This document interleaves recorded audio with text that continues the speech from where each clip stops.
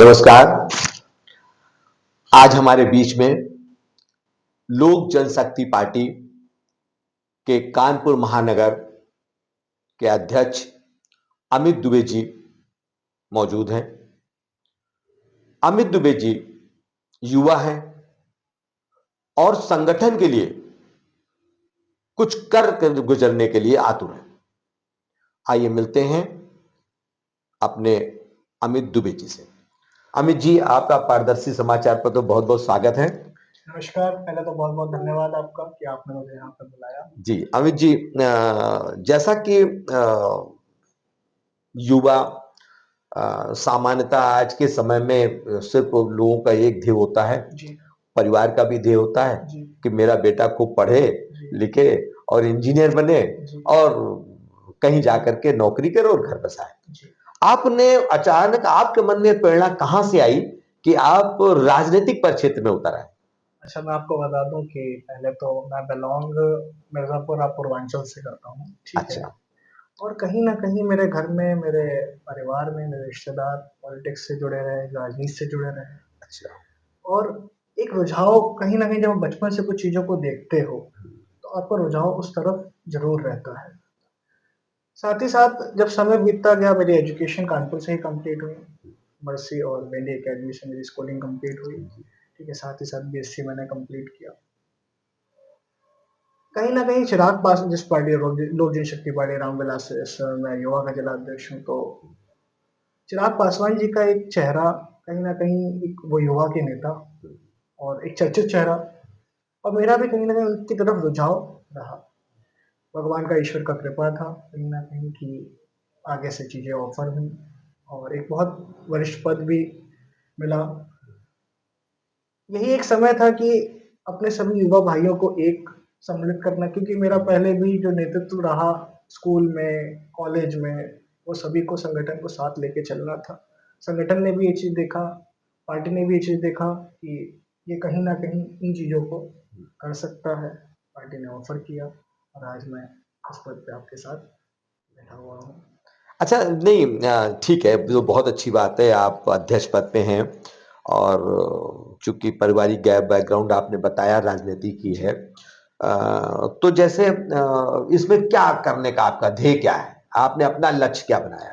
देखिए, लक्ष्य, मेरी एजुकेशन ऐसा नहीं कि एजुकेशन अभी नहीं चल रही, एजुकेशन भी साथ में चल रही, अच्छा। साथ में एक समाज सेवा भी चल रही अच्छा। है।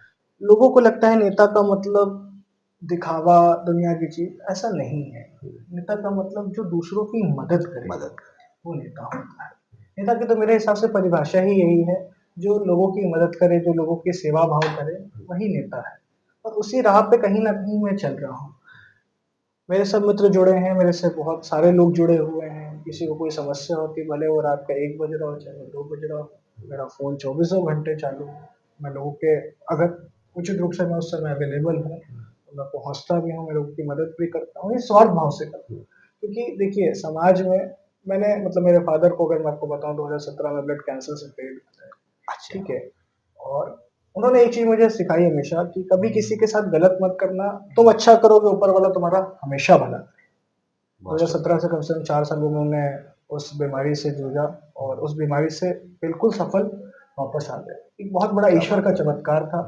और कहीं ना कहीं मैंने उनको देखा भी कि उनका लोगों के प्रति स्नेह प्रेम, जब पिता मेरे एडमिट रहे तो कम से कम 100 150 लोग एक साथ उनके लिए दुआ करते। तो उस दिन मुझे ये चीज़ रियलाइज हुई कि मेरे पिता ने कुछ कमाया नहीं कमाया, और उन्होंने लोगों का स्नेह और प्रेम बहुत कमाया, जिसकी वजह से आज वो जीवित वापस अपने जीवन को जी रहे हैं। बहुत अच्छी तो बात। उन सब चीज़ों को मद्देनज़र रखते हुए भी एक समाज सेवा का मन में भाव था। समाज सेवा का भाव ज़रूरी नहीं कि किसी पद से या किसी पोस्ट पे ही रह के कर सकते हैं।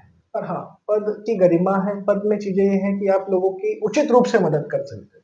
भाई, आज एक सरल इंसान की अगर मदद करना चाहे, तो उसकी भी एक बाउंड्रीज़ हैं, उसकी भी एक सीमा है कि वो किस रूप से मदद कर सकता है। पर एक पद के साथ जो चीज़ें हैं कि हाँ, मैं आगे किसी को, कोई पीड़ित है, कोई किसी रूप से परेशान है, तो उसकी मैं मदद करने का पूरा अनंत प्रयास करता हूँ। करते हैं। अच्छा, जैसे आप अपने युवा साथियों को जी। युवा साथियों को क्या संदेश देना चाहेंगे? तो मैं साथियों को यही संदेश देना चाहता हूँ कि अगर उनके साथ कोई परेशानी है, एक नेता के रूप में नहीं, एक भाई के रूप में मैं हमेशा उनके साथ तत्पर रूप से लगा हूँ। भले वो कोई भी समय हो, वो कोई भी घड़ी हो, वो फ़र्क नहीं करती है, क्योंकि वो ही मेरे साथ हैं और वही मेरी ताकत है। उनके साथ मैं सदैव लगा हूँ और हमेशा लगा रहूँगा। नहीं, ये तो आपने उनके साथ करने की बात की, लेकिन उनसे अपेक्षाएँ क्या हैं? अपेक्षा यही है कि एकता बना के रखें। आज की डेट में अगर आप समाज में निकलेंगे, तो भाई-भाई से शत्रुता रखा हुआ है। ये बहुत बड़ी सच्चाई है, जिस चीज़ को हमें समझना चाहिए। जिस चीज़ को आज हमें समझना चाहिए कि आज घर में ही मतभेद है। घर में ही मतभेद है, तो हम बाहर लोगों से कैसे उम्मीद कर सकते हैं कोई हमारे साथ लगे। तो मैं यही कहूँगा कि स्नेह प्रेम सभी से बनाए रखें। भाई देखिए, मैंने एक चीज़ कहावत सुनी है कि ताली दो हाथ से बजती है। जब तक आप किसी से ईर्ष्या नहीं रखेंगे, सामने वाला ईर्ष्या नहीं रख सकता है। बहुत सिंपल सा एक फंडा है, अगर आप सामने वाले से ईर्ष्या रखें, एक दिन आप रखोगे, 2 दिन रखोगे, अगर वो आपसे रिवर्ट नहीं कर रहा है, तो कोई चांस नहीं है कि आप उससे वापस से वो चीज़ों को उम्मीद करें। तो मैं यही कहूँगा कि भाई स्नेह और प्रेम और आपसी भाईचारा संगठन में बहुत ज़रूरी है। आज की डेट में जो समस्याएँ आ रही हैं, लोग छोटी-छोटी बातों को लेके मतभेद कर लेते हैं। मैंने तो अभी तक सभी से प्रयास किया है कि किसी से ना मतभेद हो, ना किसी को किसी भी रूप से ठेस पहुँचाएँ। यही संगठन को मजबूत करने का एक तरीका है। चाहे वो किसी भी पार्टी का हो, चाहे वो किसी का भी हो। पहले संगठन ज़रूरी है, पहले एकता ज़रूरी है। बहुत अच्छी बात, बहुत बढ़िया। अमित जी युवा नेता के साथ एक सरल हृदय और मन में दया भाव, अपनापन और समाज सेवा से लबरेज हैं। पारदर्शी परिवार की ओर से इन्हें बहुत-बहुत शुभकामनाएँ और जो लक्ष्य लेकर के ये चल रहे हैं, इसमें इन्हें सफलता मिले। बहुत-बहुत शुभकामनाएँ, बहुत-बहुत बहुत-बहुत धन्यवाद। धन्यवाद। बहुत-बहुत धन्यवाद।